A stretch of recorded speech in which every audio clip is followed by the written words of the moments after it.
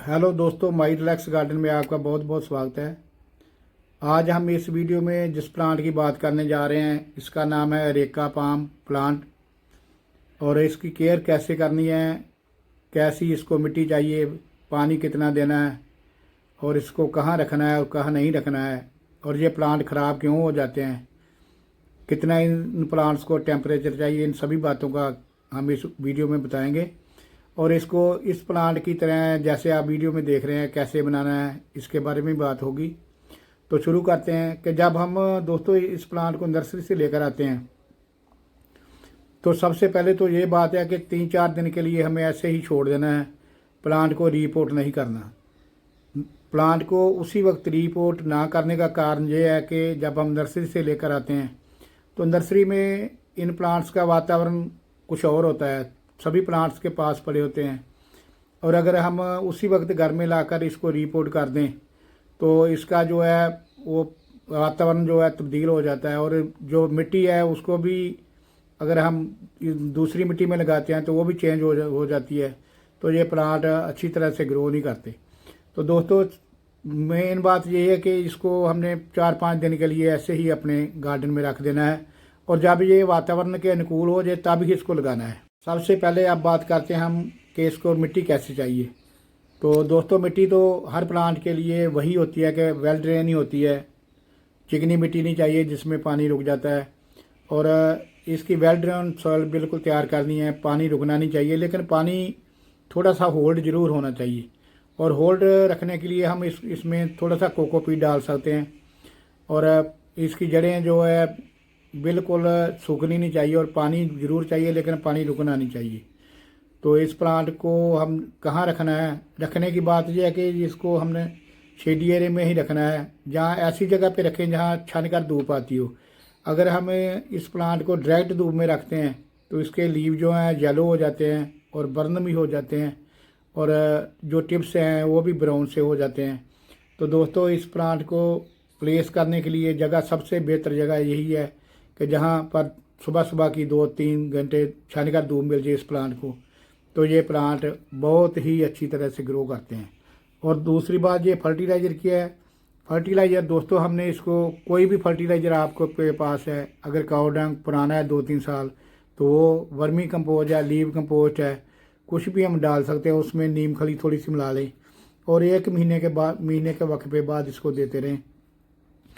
तो अब बात करते हैं इसको सुंदर बनाने की। और जो जैसे वीडियो में हम दिखा रहे हैं कि जो भी इसके नीचे के लीव्स हैं उनको हमने काटते रहना है, और जो ब्राउन हो जाए उनको भी काटना है, वो काटते रहना है। और ये ऐसे ही करते करते ये जो है बहुत सुंदर प्लांट बन जाता है, जैसे कि मैंने वीडियो में पहले प्लांट को बनाया हुआ आपको दिखाया है। तो जहाँ से काटें वहाँ पर अगर फंगिसाइड है तो आप वहाँ लगा भी सकते हैं। तो ये इस प्लांट को फर्टिलाइज़र कब करना है, फर्टिलाइज़र हम इसको जो है नवंबर से लेकर फरवरी के शुरू तक नहीं करना, और फरवरी में ही इसको जो फर्टिलाइज़र करना है, क्योंकि नवंबर से लेकर जनवरी तक इसका जो डोरमेंसी पीरियड होता है उस टाइम इस प्लांट को किसी चीज़ की ज़रूरत नहीं होती। और यही ज़रूरी यही है कि इसकी प्लेस जो है वो अच्छी तरह से अच्छी जगह पे होनी चाहिए। टेम्परेचर इसको 20 डिग्री से लेकर अगर 30 डिग्री तक मिल जाता है, 35 तक भी मिल जाता है तो भी बहुत बढ़िया है। लेकिन 35 से जब डिग्री से टेम्परेचर गर्मियों में बढ़ जाता है तो उस टाइम इसके लीव जो है बर्न हो सकते हैं। तो डायरेक्ट धूप में तो इसको प्लांट को कभी भी नहीं रखना, और बिल्कुल जहाँ छानकर धूप आती है वहाँ रख दें। और एयर प्योरीफाई प्लांट है, 24 आवर ऑक्सीजन देने वाला प्लांट है। और अगर हम थोड़ा सा इसको बाहर रखते हैं और डायरेक्ट भी 1-2 घंटे की धूप भी पड़ती है तो इस प्लांट के जो लीव जो येलो होने शुरू हो जाते हैं। लेकिन अगर छानकर धूप आएगी, इसको कहीं खिड़की के पास आपने रखा हुआ, तो इसके प्लांट्स जो है बहुत ही सुंदर लगते हैं और ग्रीनरी बनी रहती है। तो दोस्तों ऐसे ही बस इसकी कुछ कुछ देर बाद हमने गुडाई करते रहना है, और 1 महीने के बाद इसको फर्टिलाइज़र दें। पानी तो मैंने आपको बता ही दिया कि पानी इतना देना है कि पानी रुकना नहीं चाहिए इसमें, और लेकिन इसकी मिट्टी बिल्कुल सूखनी भी नहीं चाहिए। और एक बात और जो ज़रूरी बात है वो आपसे शेयर करते हैं। अगर हम इस प्लांट को सेंधा नमक जो है 2-3 ग्राम 1 महीने में दे देते हैं पानी में डालकर, और दे देते हैं, तो ये प्लांट के जो लीव्स हैं बहुत ही ग्रीन होते हैं और ग्रीनरी देते हैं, अच्छे रहते हैं। और नमक, सेंधा नमक देने का कारण ये है, ये प्लांट जो है समुद्र के किनारे वाले प्लांट है, जैसे कि कोकोनट हैं, ऐसे प्लांट हैं, वो ये वहाँ ही होते हैं। और वहाँ समुद्र का पानी है वो जो है वो आप तो को पता ही है कि वो नमक वाला होता है। तो इस प्लांट को जो है, इसलिए हम सेंधा नमक भी थोड़ा सा डालकर, सिर्फ 2-3 ग्राम ही डालना है, बहुत ज़्यादा नहीं डालना, तो डालकर हम इसको दे सकते हैं। लेकिन 1 महीने के बाद ही देना है। और ये जो प्लांट है बहुत अच्छी तरह से चलते रहते हैं।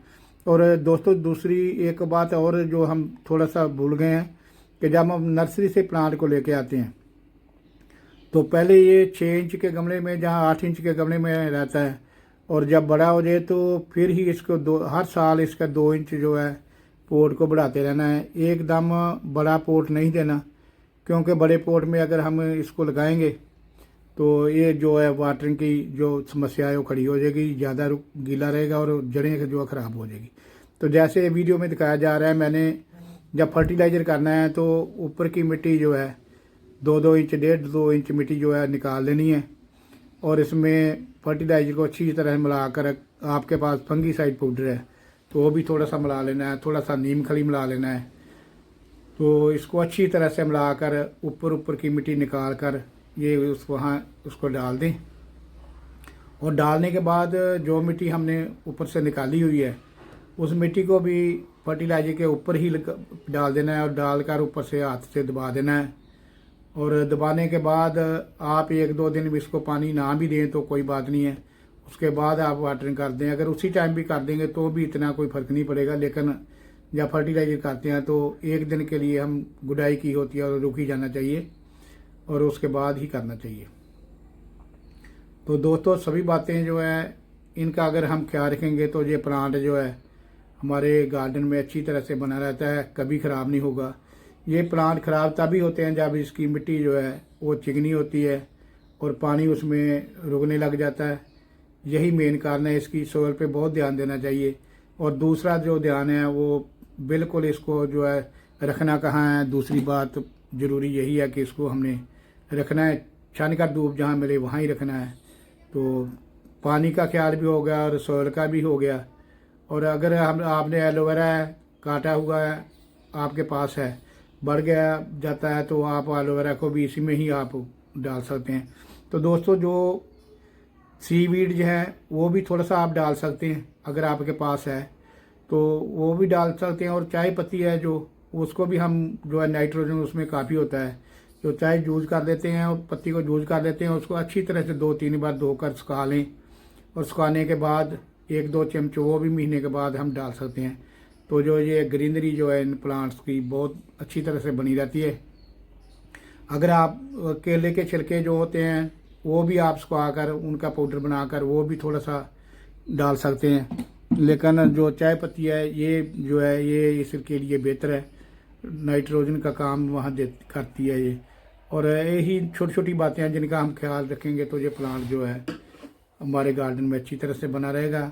तो दोस्तों यही जो है, इस जब भी प्लांट आप नर्सरी से लेकर आएँ तो बहुत बड़ा प्लांट नहीं लाना चाहिए, छोटा ही प्लांट लाना चाहिए। क्योंकि अगर हम पहले ही बड़ा प्लांट ले आते हैं तो वो जो प्लांट है वो उसको हमें वातावरण के अनुसार हमारे डालना थोड़ा सा कठिन हो जाता है।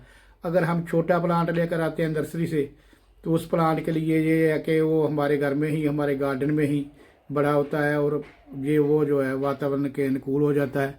और प्लांट वो बड़े बड़े प्लांट से बेहतर प्लांट है जो वो चलता है। तो ये इन बातों का ज़रूर ख्याल रखें, नर्सरी से छोटे प्लांट लेकर आएँ और हमारे गार्डन में जब रहेगा तो उसको हम देखते अच्छा भी लगेगा, और बढ़ता बढ़ता अच्छा भी लगेगा, और उनको हम मेंटेन अच्छी तरह से अपनी ओर से कर सकते हैं। तो जैसे मैंने बताया, अगर आपने ऐसे ही रखना तो ऐसे भी रख सकते हैं। अगर जैसे वीडियो में दिखाया था उस टाइप का बनाना है तो नीचे से लीव जो है वो हम काटते रहें, तो जो प्लांट है ये इसकी ग्रोथ है बनी रहती है और हवा को शुद्ध करता रहता है। आज की वीडियो में बस इतना ही। अगर वीडियो से थोड़ी सी भी आपको जानकारी मिली हो तो प्लीज़ लाइक कर देना, और सब्सक्राइब नहीं किया तो सब्सक्राइब कर देना। थैंक यू सो मच, बहुत बहुत शुक्रिया। जहाँ तक देखने के लिए आपका बहुत बहुत धन्यवाद, और मिलते हैं फिर और किसी नई वीडियो में। Thank you so much, take care.